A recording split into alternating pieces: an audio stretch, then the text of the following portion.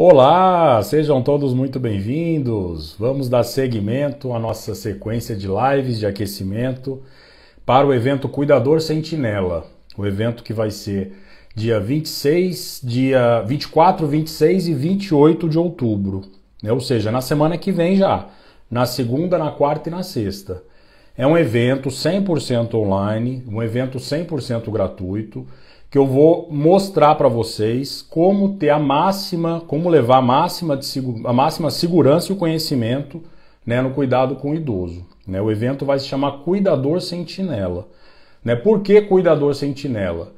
Porque eu acredito que a função do cuidador não deve ser aquela função somente passiva, do cuidado com a higiene. Claro que esse cuidado, esse tipo de cuidado é importantíssimo.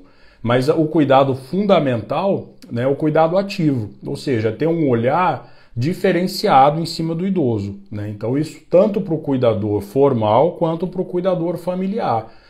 Está sempre identificando o início de algumas patologias, o início de alguns quadros, algumas síndromes geriátricas, que podem ser, quando precocemente identificadas, quando levado ao profissional de saúde, tanto o profissional médico, geriatra, quanto o profissional enfermeiro, fisioterapeuta, já identificar precocemente. Hoje, na live de hoje, eu vou falar um tema extremamente importante, que muitas vezes é a ponta do iceberg, é quando começa-se geralmente aquela catástrofe que muitas vezes a gente vê de um idoso rígido, um idoso robusto, um idoso saudável, que depois de uma queda ele pode desenvolver algumas patologias e pode não voltar mais a ser o que era antes, tanto do ponto de vista físico quanto do ponto de vista emocional. Então hoje eu vou explicar como o cuidador pode ter uma função ativa no cuidado para que o paciente evite com que o paciente caia. O cuidado deve ser tanto com o paciente quanto com o ambiente na qual o idoso está inserido. Então a gente tem que identificar vários fatores de risco para uma queda, e para que não se repita a queda. Eu costumo dizer que o evento de uma queda, ele tem que ser tão importante quanto a investigação de um acidente aéreo, por exemplo. A gente percebe na aviação, na verdade, várias situações com relação à segurança, com relação a checklist, vários protocolos da aviação deveriam ser utilizados até na parte de saúde, para visar a segurança do paciente, visar com que os erros não se repitam. E uma queda, quando a queda acontece de uma maneira repetida, muitas vezes foi uma falta de investigação do que aconteceu a queda, do que promoveu, o que levou o idoso até essa queda. Se de repente tivesse uma investigação melhor, tanto do ambiente, se foi um tapete, se faltou uma barra, de repente no box, faltou uma cadeira frágil, se tivesse realmente um olhar mais sentinela, um olhar mais ativo, a queda eventualmente poderia ser evitada. Eu vou trazer alguns dados aqui até, que me chamaram bastante atenção nos estudos que eu li. Como, por exemplo, 30% dos idosos acima de 65 anos, ou seja, de cada 10 idosos, 3 podem apresentar até uma queda por ano. Então é um dado bastante significativo. E muitas vezes é pouco valorizado, tanto pela família, quanto pelo cuidador, quanto até pelos profissionais de saúde. E 13% dos idosos, ou seja, de cada 10, praticamente um, caem com frequência, praticamente mensal. Então são dados bem alarmantes, dados que a gente muitas vezes não valoriza, a gente só tende a valorizar quando tem uma queda, o que aconteceu na hora da queda, ou seja, se o paciente teve uma fratura, se o paciente bateu a cabeça, se o paciente teve alguma escoriação. Então a gente costuma valorizar, isso a gente que eu falo até muitas vezes o profissional de saúde, o que aconteceu na hora, mas não procura investigar o que levou a essa queda. Para quê? Para evitar com que ocorra outro evento de queda num futuro próximo, tendo em vista aí que até 30%, como eu falei, dos idosos caem anualmente. Então, aí está a importância desse tema, né? Então você que tem um idoso em casa, você que é idoso também, tem que estar atento a esse tema, né? E você que trabalha de uma forma profissional também levar esse cuidado, né? Mais essa segurança maior para o seu idoso, né? Primeiro a gente tem que definir o que é queda, né? Uma coisa que é muito importante também, que muitas pessoas não valorizam, um simples desequilíbrio. Por exemplo, o idoso vai tentar levantar do sofá, às vezes um sofá mais baixo, um sofá de uma sala, né? Vamos pensar aí no dia a dia aí de uma casa, né? O idoso vai levantar, pegar um controle remoto, alguma coisa, e de repente ele perde o equilíbrio e cai sentado de volta, né? Isso é uma queda, né? Ninguém valoriza como queda. A gente perdeu o equilíbrio, voltou, tem que ter mais força na perna, pronto. E não identifica essa situação de queda, porque é uma queda, não é nem quase queda, é uma queda, como uma situação potencialmente grave, né? Não entende que se o paciente, por exemplo, caísse para frente, né, ele faria fatalmente um TCE, abriria a testa, né, faria um trauma de face. Se ele caísse de lado, poderia, né, ter uma fratura de fêmur, ter uma fratura de braço, né, de cotovelo, de punho, que é muito frequente em idoso, com osteoporose. Né? Então, essa situação do idoso levantar, perder o equilíbrio e sentar de novo, e isso é considerado queda, né? Situações que não são queda, por exemplo. Vamos falar no caso de um idoso mais robusto, um idoso mais fit, que a gente chama, né? Um idoso que pratica algum esporte, por exemplo, né? Jogando um futebol, né? Em alguém entra um carrinho e ele cai. Isso aí não é uma queda, é um evento, né, de um jogo, foi um trauma, né? Então, são situações que a gente não classifica como queda, né? A queda é sempre a perda de um equilíbrio, né, não intencional, né, geralmente que leva de uma altura mais alta a uma altura inferior, né, que leva muitas vezes de maneira não intencional, né, que pode ou não causar lesão. Quando não, mesmo não causando lesão, a gente considera como uma queda.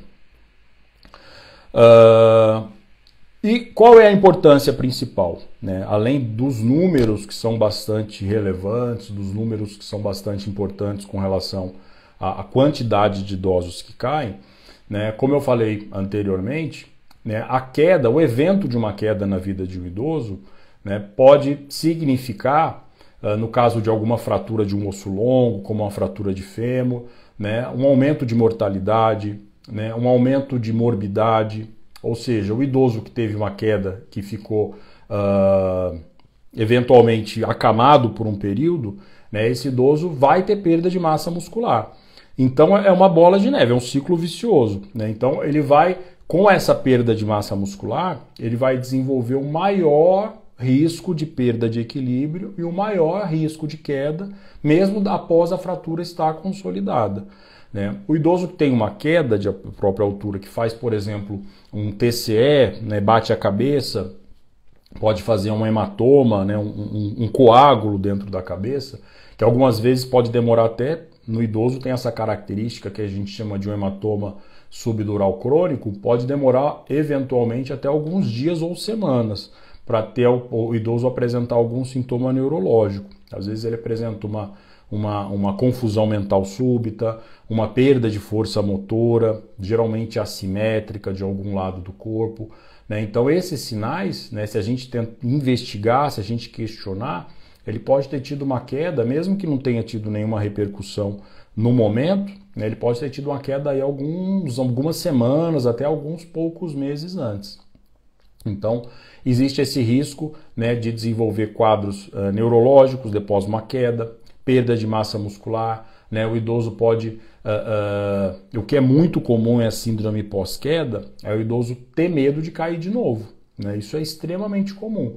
Então o idoso passa cada vez mais ficar mais numa atitude mais retraída, né? Pode ficar um pouco mais depressivo, né? Isso promove o aumento do isolamento social, ele não quer mais sair de casa, ele não quer mais participar dos almoços de família, de final de semana, né? Ele não quer, muitas vezes ele não quer nem ir para a sala, né? Ele não quer sair do quarto, com medo, né? É um estresse pós-traumático, né? Com medo de que se repita aquele evento da queda, né? Que aconteceu aí, que gerou um trauma, né? Ou por alguma fratura, ou por alguma questão mais imediata de agravo à saúde, ou mesmo pelo medo do que poderia ter acontecido. Uma das causas bastante frequentes também, né, que está diretamente relacionado à queda, é a diminuição do equilíbrio. Né? A diminuição do equilíbrio que erroneamente até, numa oportunidade, numa próxima live, eu vou falar sobre tontura no idoso, né? Então, muitas vezes o desequilíbrio ou perda de tônus da força muscular pode ser encarado como uma labirintite, né? Uma nomenclatura, né? Que é muito popular, né? Muito idoso acha que tem labirintite, mas o que ele tem muitas vezes é algum desequilíbrio por alteração de tônus muscular, né? Então, o que a gente tem que fazer, né? Além, eu vou explicar mais adiante, das mudanças, da atenção especial que a gente tem que ter com o ambiente. Mas eu acho que primeiro de tudo é a gente tomar, né, a iniciativa de sempre que ocorrer uma queda, tentar investigar exaustivamente o que causou essa queda. Né? Por que exaustivamente?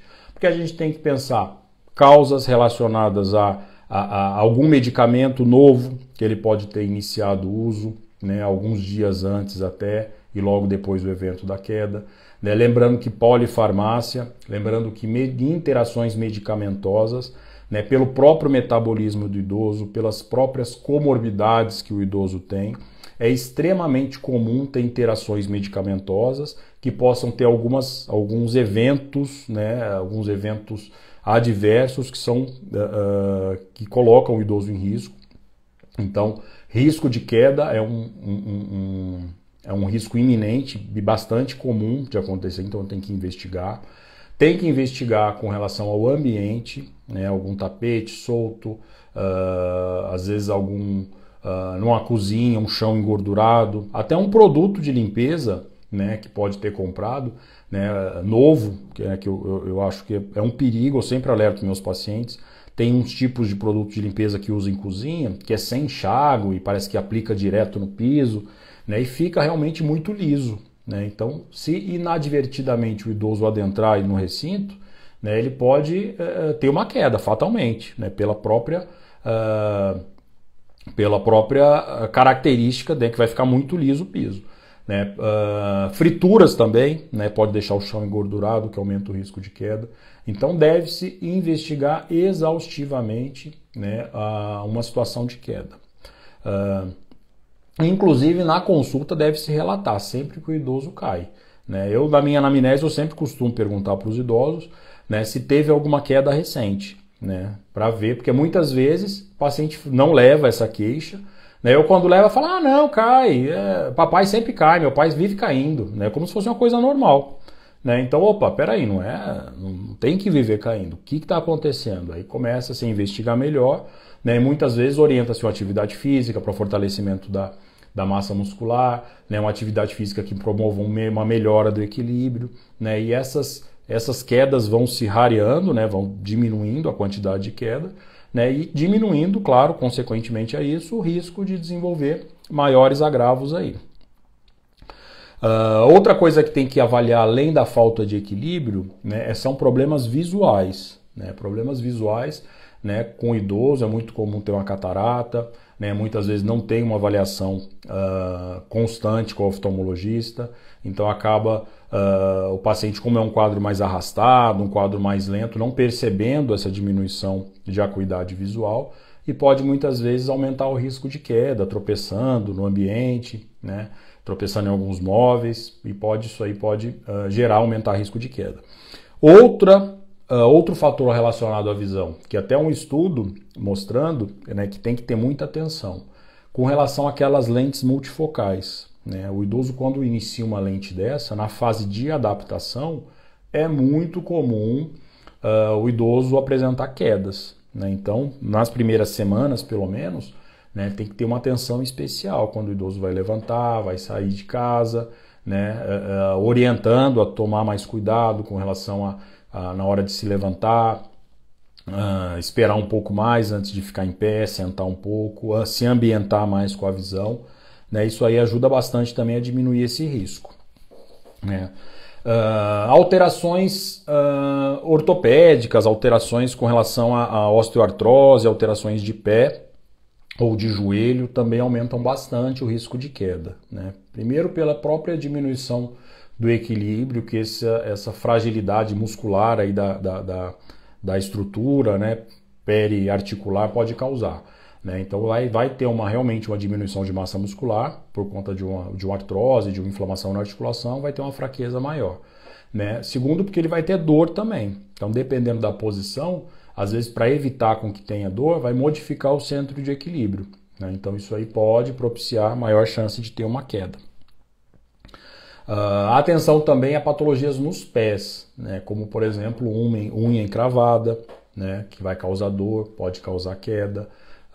Lesões aí com relação a pé diabético, lesões no pé que vão diminuir a sensibilidade. Então, o paciente diabético de longa data pode desenvolver uma neuropatia, que é quando fica muito dormente os pés.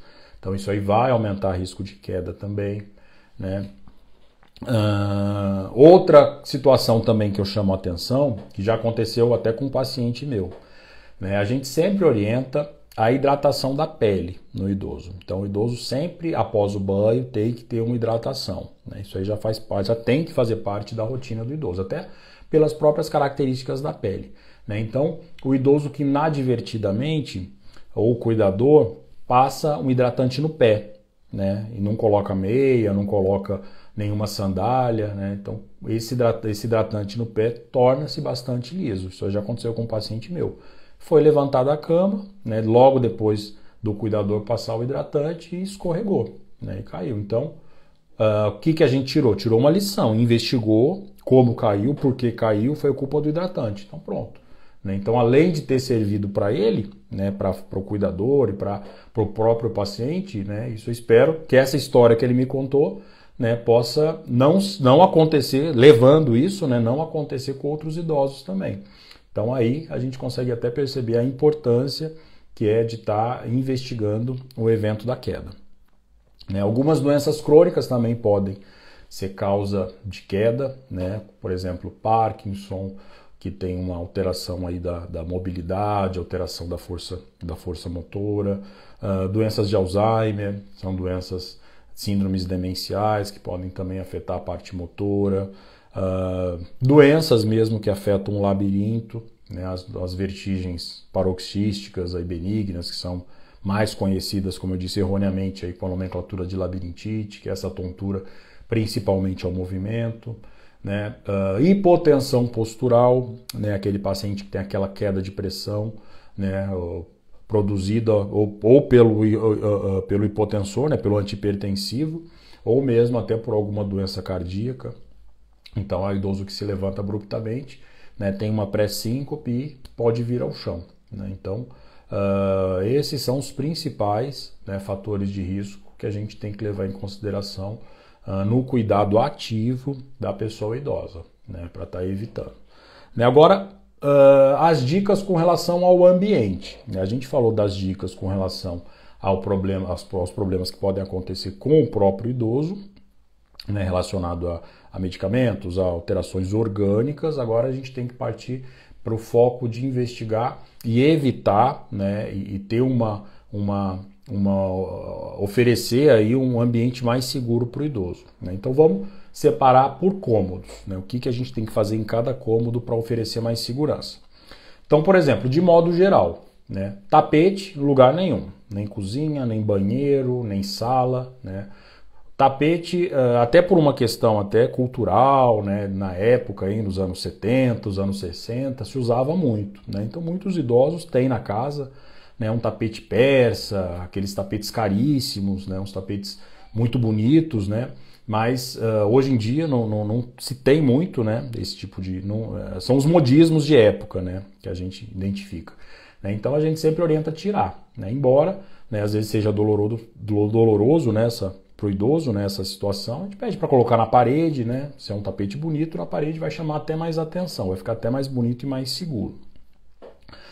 Outra dica também é sempre fazer com que o idoso participe dessas alterações, né? Então tem que convencer o idoso, né, a mudar, a fazer essas alterações na casa, né? Não deve de uma hora para outra já ir tirando tudo, né? Principalmente até o idoso, né, que já é tem algum transtorno cognitivo, mesmo que leve, né, tem algum início de quadro demencial. Se for mudar o ambiente muito radicalmente, vai criar confusão mental, pode até piorar o quadro, né? Além de que, né, a gente sempre tem que manter a autonomia, né, do idoso, né? É um dos pilares aí da relação com o idoso, é manter o máximo possível a independência e sempre que possível a autonomia. Então ele tem que ter autonomia, ele tem que entender por que essas modificações na casa devem ser realizadas, né? Então, tirar tapete, né, que eu já falei, mesas, de preferências a mesas que não tenham quinas, não tenham pontas, né, mesas com cantos arredondados, né, cadeiras de mesa, principalmente de jantar, sempre que possíveis, cadeiras com apoio de braço, né, para que o idoso consiga se levantar adequadamente. Sofás, né, na sala, pensando em móveis da sala, evitar sofás que afundam muito, que sejam muito baixos, né, porque aquele é bem confortável, né, para assistir televisão, né, agora senta, vai lá embaixo, fica relaxado, mas isso, na hora do idoso levantar, é uma grande chance dele perder o equilíbrio, tombar ou para frente, né, ou tombar para o lado. Então dá preferência a sofás, geralmente mais retos, né, mais duros, com encosto, principalmente encosto traseiro mais duro. Fiação também, jamais deve-se ter fiação exposta na casa, né? Tem até alguns, costumo dizer que sempre é aqueles home theater, né? Aquele que liga a caixa de som da televisão, aí liga atrás, né? E sempre tem um fio, né, que passa no meio da sala para poder ligar a caixa de som lá atrás, né? Isso aí é a maior armadilha para idoso, né? Fica geralmente o fio, bota às vezes ali um durex, faz uma gambiarra, aquilo vai descolar, né, e vai fazer com que o idoso caia, né?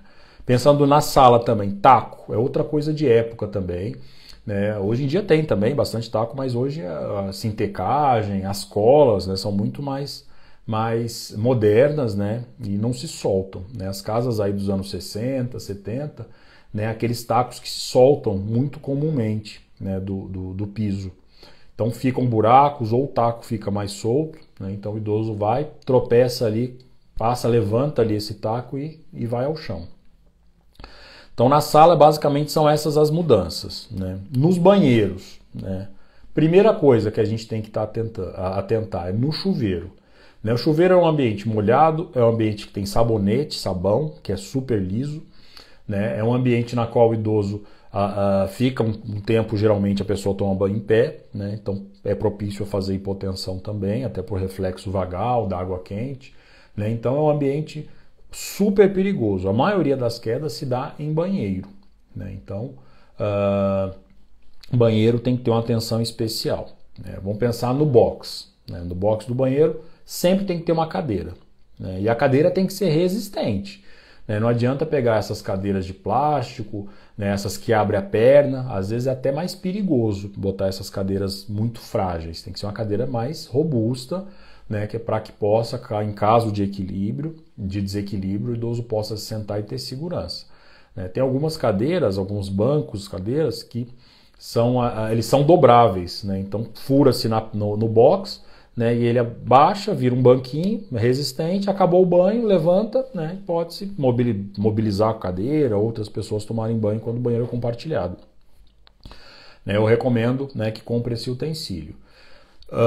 Barra de apoio lateral também, né, como se fosse um corrimão dentro do box. Isso é importantíssimo, porque o idoso vai, no momento até de se ensaboar, no momento até se ele tiver alguma síncope, ele pode encostar ali, segurar na barra e evitar com que tenha queda.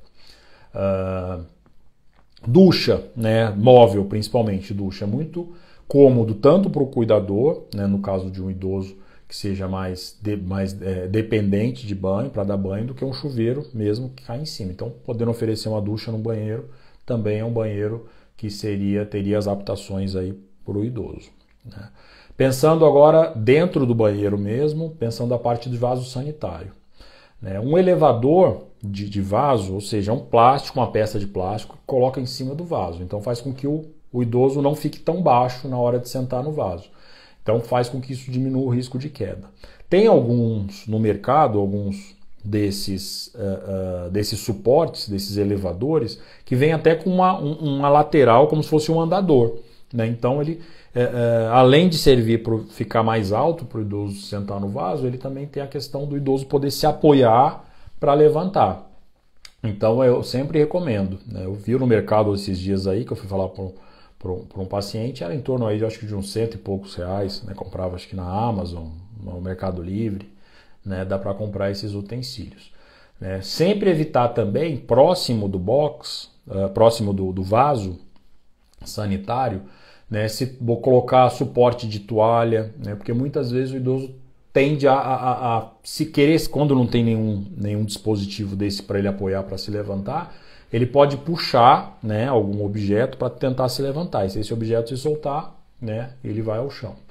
Então, essa é uma medida também no banheiro que deve ser tomada. Além de evitar também esses tapetinhos também, né? Só tapete antiderrapante dentro do box.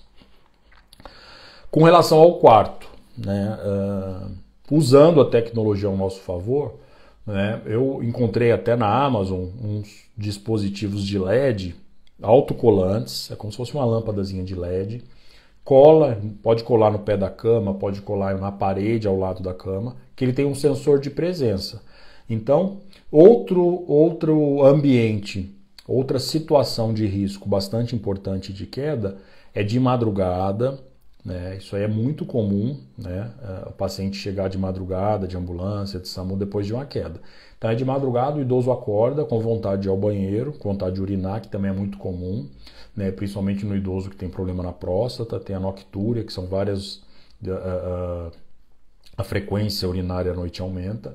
Então o idoso vai se levantar com a urgência para ir ao banheiro, para não perder na roupa, com sono. Muitas vezes pode ter feito uso de alguma medicação, algum psicotrópico, que aumenta o risco de queda, no escuro para ir no banheiro, né, e cai, né? Então, essa é uma situação completamente evitável, né? Então, coloca-se um sensor de presença, né, deixe o ambiente o mais livre possível, né, sem nenhum objeto, né, do quarto até o banheiro, né, se for uma suíte, o caminho tem que ser livre, sem nenhum objeto no chão, né, para o caso o idoso acordar de madrugada para urinar, diminuir o risco de ter alguma possível queda. Se não conseguir esse dispositivo que tem sensor de presença, que eu acho que é bem em conta, tinha uns que eu vi que eu acho que era R$14 até, que ligava na tomada, né, R$30. Se não conseguir um dispositivo desse, tem iluminaçõezinhas que liga na tomada também, iluminação guia que chama, ou deixa a luz do banheiro à noite acesa, com a frestinha aberta, né? O importante é não deixar à noite o idoso no escuro, né? Porque caso ele precise se levantar, né, ele vai enxergar todo o ambiente, né? Colchão, a cama também, tem que ser num nível, né, mais alto, num nível na qual o idoso tenha mais segurança, né, para poder descer sem risco. Com colchão de qualidade, né, muito comum também, o idoso já tem o seu colchão aí de 30 anos, 20, 30 anos, nunca trocar o colchão, né? Então é um colchão que já fica até um buraco no meio, isso aumenta também tanto problemas osteomusculares aí, quanto problemas até de risco de se levantar da cama, né? Então tem que verificar até a situação do colchão, né? Para que seja feito ou o rodízio ou a compra de um colchão novo, né? Então no quarto são basicamente esses cuidados. Na cozinha, né, embora possa ser uma coisa até redundante, né, mas a gente tem que sempre deixar ao nível do corpo, ao nível dos olhos, de fácil acesso, os utensílios que são usados no dia a dia, né? Então, usa prato no dia a dia, o prato não pode ficar lá em cima, né? O copo não pode ficar lá em cima, né? São objetos que usam dia a dia. O tempero, por exemplo, que vai temperar uma comida, não pode ficar lá em cima, também não pode ficar muito embaixo, né? Então é pensar na ergonomia, né, do idoso na cozinha, né? Muitas vezes essas cozinhas com móveis mais altos, né, o idoso precisa até subir numa banqueta, subir em alguma escada, né, para poder estar retirando, né, esse utensílio. Isso pode fazer com que ocorra aí um risco maior de queda. Produtos de limpeza, também como eu já falei anteriormente, né,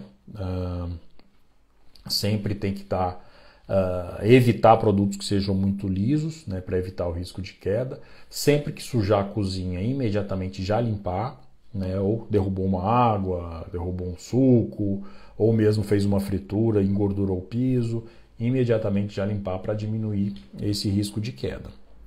Né? Então, com relação às mudanças do ambiente, são basicamente essas dicas. Com relação às orientações com relação ao paciente mesmo, na situação de queda ou após a queda, lembrando que o cuidador deve sempre ter uma investigação ativa sobre como ocorreu essa queda, né, buscando o máximo de dados possível, né, se possível até anotar para levar na consulta do médico como foi essa queda, que horas foi, o local que foi, se tomou algum medicamento antes, qual a posição que o idoso estava.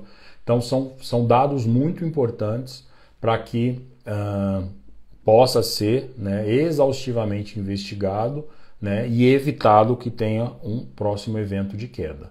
Né? Lembrando que a queda é um evento totalmente evitável, né, que pode causar desfechos terríveis na vida de todo idoso. Né? Então é importantíssimo que toda pessoa que lida com o idoso e toda a residência, todo o ambiente que recebe o idoso deva estar adaptado de uma maneira que minimize esses possíveis riscos, tá bom? Então era isso que eu queria falar para vocês. Lembrando aí do evento da semana que vem, segunda, quarta e sexta, né, dia 24, 26 e 28. O evento é o Cuidador Sentinela, né, que vai fazer com que quem lida com o idoso, tanto da questão familiar quanto a questão profissional mesmo, vai conseguir atingir maior segurança, né, um máximo de segurança e conhecimento, né, para poder lidar com o idoso, né, saber que está oferecendo, né, um cuidado ativo, né, é o cuidado sentinela que a gente chama. Né? Por que sentinela? Porque vai ser um cuidado ativo, não é um cuidado passivo.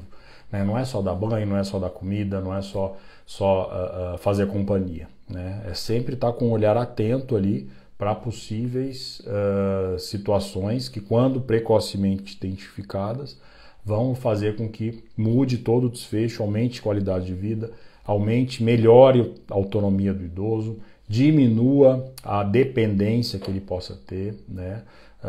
Melhorando aí a qualidade de vida e até mesmo o trabalho do cuidador mesmo, né? Fazendo com que o idoso seja mais ativo, tá bom? Então era isso que eu queria falar para vocês hoje. Vamos dar sequência aí nessa semana dessas lives e amanhã a gente vai fazer outra live de um outro tema bastante importante e espero vocês amanhã e no evento também. Já se inscreve, aproveita já agora, já vai na bio, né? Na bio vai clicar lá no meu nome aqui do Instagram, né? Vai ter o link para se inscrever. Na inscrição, né, já vai ter acesso ao grupo de WhatsApp, né, onde vai ser feito todas as atualizações com relação ao evento, tá bom? Então é isso que eu queria falar para vocês. Boa noite a todos e até a próxima.